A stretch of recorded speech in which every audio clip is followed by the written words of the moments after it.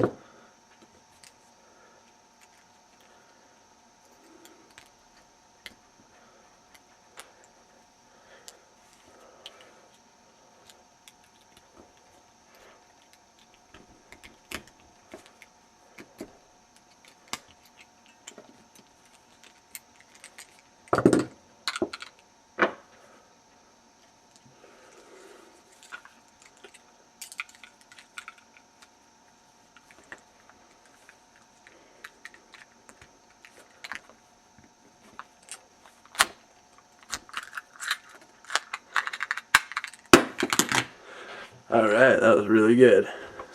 Cool. So I'll see you all next video, and I hope you had fun.